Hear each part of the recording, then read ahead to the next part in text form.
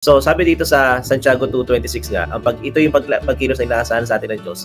Sapagkat kung paano ang katawan na walang espiritu ay patay, gayon din ang pananampalataya na walang gawa ay patay. So dito, yung sinasabi Pastor Ish na faith that works. Ito yung pinapakita doon. Na hindi pwedeng mangyari na sabi mo na nananampalataya ako sa Panginoon tapos wala ka namang ginagawa. You're not advancing, taking step by step papunta sa kung anong gusto mangyari ng Panginoon. Kasi iba yung naglalakad ka kasi meron kang nakikita. Unlike dun sa naglalakad ka, kahit wala ka nakikita, basta naniniwala ka na sasamahan ka ng Panginoon. Magkaiba yun. May mga tao sa generation natin, even sa loob ng church po natin, na parang ay atheist ang isip.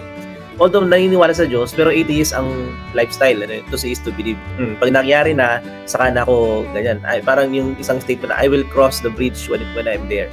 Minsan, yun po yung bumabalot sa ating pagiging Kristiyano minsan. And then we are, at the same time, we think that we are believing, nandiyan yung Panginoon para sa atin. Nung sinabihan ng Panginoon ng Israel na to advance, move forward, they're taking it by faith. Doon pa lang, yung pagtawid nila sa ilog na yon at pagtungtong sa lupa na yon, they're taking it by faith. Yun yung gusto ng Diyos. Even if there's sa pakiramdam natin ay parang hindi tayo assured sa pakiramdam natin or parang inconvenient sa part natin, still we will do it kasi naniniwala tayo hindi tayo iwanan ng Panginoon. And then sabi nga sa Matthew 7:21, hindi ang bawat nagsasabi sa akin, Panginoon, Panginoon, ay papasok sa kalan ng langit, kundi ang gumaganap ng buong kalooban ng Ama na nasa langit. So, of course, kasama naman dito sa kalooban ng Diyos, yung kautusan ng Diyos, siyempre. Pero yung isa sa bagay dito na gusto kong i-highlight, yung kalooban ng Panginoon is yung lumalakad tayo na hindi tayo nakaasa sa mga material na bagay sa buhay natin, kundi nakadepende tayo sa kung ano yung mga provisions, kung ano yung mga binuksan na paraan ng Diyos sa buhay po natin. And then we are claiming it, and then we're walking by it by faith.